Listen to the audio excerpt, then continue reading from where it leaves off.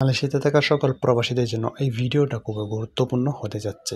মালয়েশিয়াতে অবস্থানরত প্রবাসীদের জন্য পুলিশ এবং ইমিগ্রেশনের ঝামেলা থেকে নিরাপদ থাকার জন্য কিছু গুরুত্বপূর্ণ পরামর্শ আজকের এই ভিডিওতে আপনারা পাবেন, যেগুলো অবৈধ প্রবাসী এবং বৈধ প্রবাসীদের জন্য কাজে লাগবে। যেহেতু মালয়েশিয়াতে সমস্যা হচ্ছে, বৈধ প্রবাসীদেরও দেশে পাঠিয়ে দিচ্ছে শুধুমাত্র কিরজা সালা থাকার কারণে, অর্থাৎ এক জায়গায় কাজ এবং অন্য জায়গায় থাকেন বা আরেক জায়গায় কাজ, এরকম একটা সমস্যা হয়ে দাঁড়িয়েছে বর্তমানে বেশি। আপনারা ইতিমধ্যে অনেক ভিডিও দেখেছেন যে অনেকগুলো প্রবাসীদেরকে পাঠিয়ে দেওয়া হয়েছে বাংলাদেশে।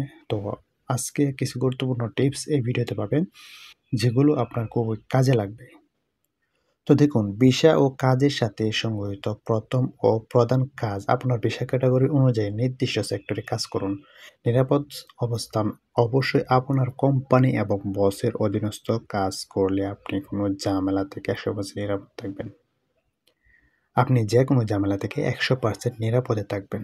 রাস্তায় চলাচল সাবধানতা, কুয়ালালামপুর KL এর মেইন শহরে ছাড়া বাইরের সকল শহরে রাস্তাঘাটে হেঁটে চলাফেরা করা নিরাপদ নয়।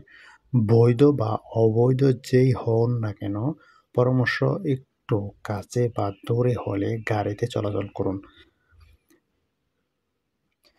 এতে করে হঠাৎ পুলিশের গাড়ি এসে কাগজ পরীক্ষা করার ঝামেলা থেকে নিরাপদ থাকা যায়।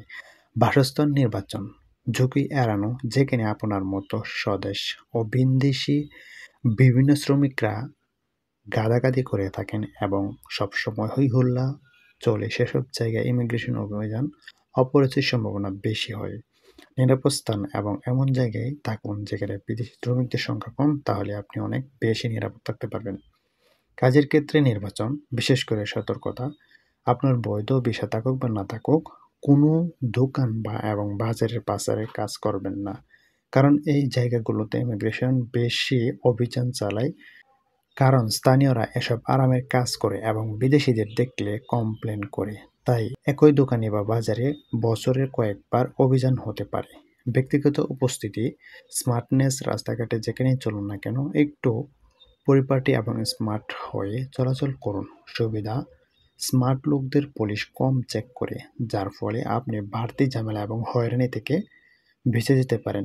ধন্যবাদ আমাদের এই ভিডিওটা দেখার জন্য।